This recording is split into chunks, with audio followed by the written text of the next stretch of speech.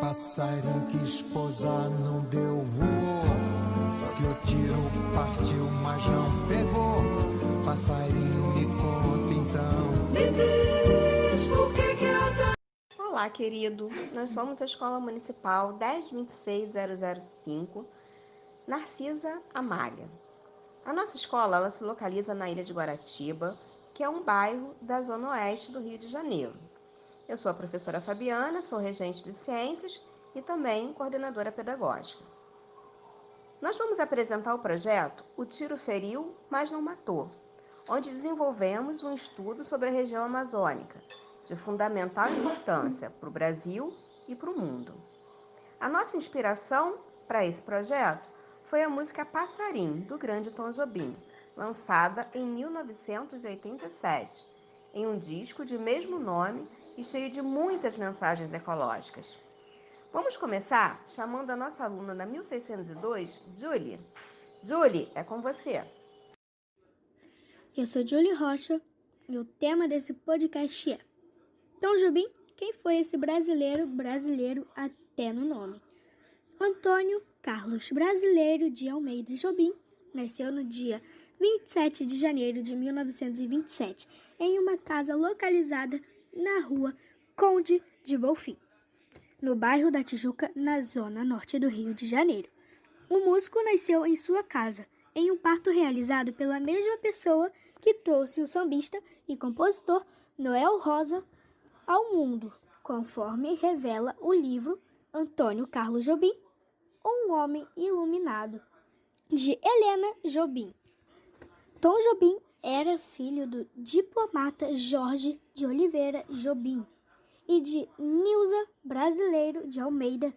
Somente teve uma irmã, chamada Helena, com menos de 1 ano de idade. A sua família de Tom Jobim mudou-se para o bairro de Ipanema, na Zona Sul. Desde sempre, o músico amava a alegria, a boemia e o jeito de ser do carioca. Durante sua carreira, Tom Jobim homenageou por meio de suas canções seu bairro de Ipanema, seu estado, Rio de Janeiro, e seu país, Brasil.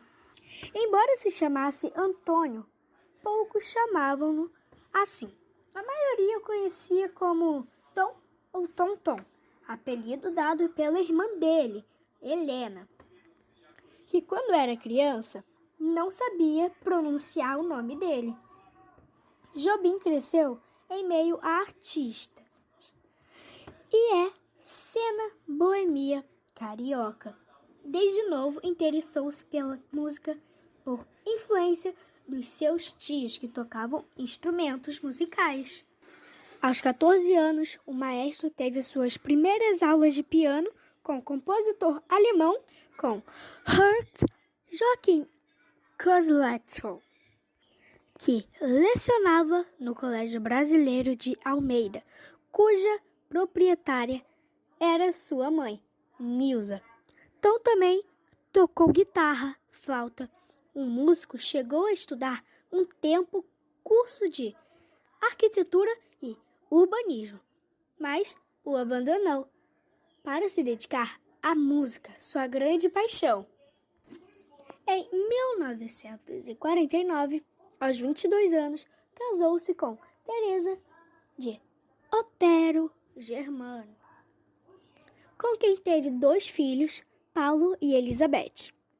Se separaram em 1978. E Ana Beatriz Lontra foi a segunda esposa de Tom Jobim e quem o acompanhou até o final de sua vida. Casou-se com ela em 1986. Juntos tiveram os filhos São Francisco e Maria Luísa. O músico mantinha a casa de um bairro carioca, Jardim Botânico, e um sítio em Poço Fundo, no Rio de Janeiro. Além disso, desde os anos 1960, Jobim passou grande parte de sua vida em Nova York, no Isewa, cidade que adorava. O seu apartamento estava localizado ao próximo Central Park. Alguns consideram-no o maior gênio da música brasileira. As suas obras ajudaram a música popular brasileira, MPB, a ficar conhecida no mundo todo.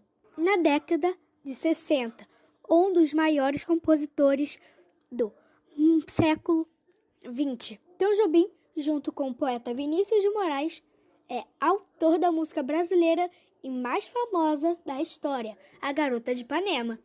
E um dos artistas brasileiros que teve a maior projeção no exterior, Tom Jobim, foi um maestro, músico, cantor, pianista e compositor, que, acima de tudo, gostava de enaltecer suas canções e seu país, sua cidade natal, Rio de Janeiro.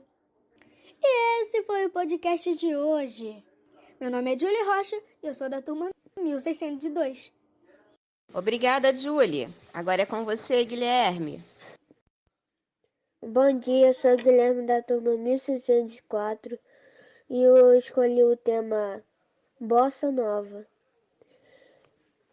Sobre o que eu descobri sobre a Bossa Nova, que bossa significa calombos e ela tem muitos ritmos de samba e um pouquinho de jazz. Oi, pessoal. Passarinho veio da casa de Guilherme e pousou aqui na minha janela. Eu sou a professora Cristine, de História, e vou completar a ideia que o Guilherme começou. Pois é, bossa significa calombo. Na verdade, bossa é um termo médico. Havia no século XIX uma teoria chamada frenologia, que afirmava que o nosso crânio, a nossa cabeça, tinha várias bossas, ou seja, vários calombos. E dependendo de onde estivessem localizados esses calombos, nós teríamos a bossa para fazer alguma coisa. Por exemplo, a bossa da matemática, a bossa da política, a bossa da música. Ou seja, nós seríamos melhores em uma coisa do que em outra, nós teríamos mais jeito para uma coisa do que para outra. A gente não diz assim, eu sou muito melhor em matemática do que eu sou em português. Naquela época se diria que você teria a bossa da matemática. Foi o compositor Noel Rosa, um compositor brasileiro dos anos 30 do século 20, lá no início do século 20, o primeiro a usar a palavra bossa na música. Porque a gente fica pensando, né, o que um termo médico da ciência médica tem a ver com música? Pois é, o Noel Rosa transformou essa palavra numa gíria. Foi o tá ligado dos anos 30. Nos seus sambas ele começou a falar em bossa. Ele tem a bossa do samba, ou seja, o jeito ideal para o samba. Daí, 30 anos depois de Noel, Tom, Vinícius e João Gilberto criaram a bossa nova, um jeito novo de fazer a música popular brasileira, um jeito bem diferente de cantar mansinho, num banquinho e um violão, bem diferente das grandes vozes que a gente tinha até então na nossa música, ou dos sambas, né? Embora o samba seja a base da bossa nova, como o Guilherme falou, e também não era copiado do rock norte-americano ou inglês, tá? Então, isso é que é a bossa nova. Valeu, Guilherme. Valeu, Cris. Agora que nós já conhecemos um pouquinho sobre o Tom Jobim e também sobre Bossa Nova, vamos falar sobre a Amazônia? Eric, agora é com você. Olá, meu nome é Eric Riquelme da turma 1601 e hoje estou aqui nesse podcast para falar um pouco da nossa Amazônia e sua geografia. Bom, primeiramente, o que é a Amazônia? A Amazônia é o maior bioma do mundo inteiro, abrigando diversos vegetais e animais, tornando assim um dos lugares com maior biodiversidade de todo o planeta. Tem um clima quente e úmido, vegetação densa e alta e um solo muito pobre, sendo 1% dele bom para o plantio. É um lugar extremamente lindo que, infelizmente, está sendo ameaçado por diversos fatores. Agora que você já sabe o que é a Amazônia, o que você pensa quando alguém te pergunta onde fica a Amazônia? Bom, provavelmente você deve pensar no estado de Amazonas ou da região norte. Porém, o conceito de lugar da Amazônia tem muitas definições. E é sobre essas definições que eu vou falar um pouco mais hoje. Mais especificamente sobre 3 dessas definições: a Amazônia Internacional, a Amazônia Azul e a Amazônia Legal. E começando com a Amazônia Legal, a Amazônia Legal existe desde 1953 e essa definição leva em consideração estudos sociais e políticos, ou seja, não apenas os biomas e limites, mas sim a necessidade de desenvolvimento daquela região, correspondendo de 61% no território brasileiro e pegando toda a parte do norte e um pedaço do Maranhão. A Amazônia Internacional é uma região imensa que, além de pegar a região do Brasil, inclui diversos outros países, como, por exemplo, a Colômbia, Peru, Bolívia, Guiana Francesa, Guiana, etc. E curiosidade sobre essa Amazônia é que ela pode ser chamada de Pan-Amazônia. E por último, a Amazônia Azul. Bom, a Amazônia Azul não é uma floresta, mas sim um mar. É toda a parte do litoral brasileiro, que é basicamente o que move o turismo, a navegação, a pesca, as energias renováveis, ou seja, as usinas que utilizam das ondas do mar para gerar energia e dos ventos e das marés. E essa energia e também é responsável pelas energias não renováveis, ou seja, petróleo e gás natural. Então foi isso. Espero que vocês tenham gostado da minha colaboração no podcast da Escola Narcisa Malha e que tenham gostado de ouvir-me. Até a próxima! Então, pessoal, uma pergunta muito interessante que me fazem é se a Amazônia é mesmo o pulmão do mundo. Fato ou fake? Então, para responder, eu quero lembrar vocês que os vegetais fazem fotossíntese, né? Então, eles pegam o gás carbônico do ambiente e, a partir de um processo químico, devolvem para o meio gás oxigênio. Esse processo faz parecer que os vegetais têm a exclusiva função de jogar oxigênio no ambiente.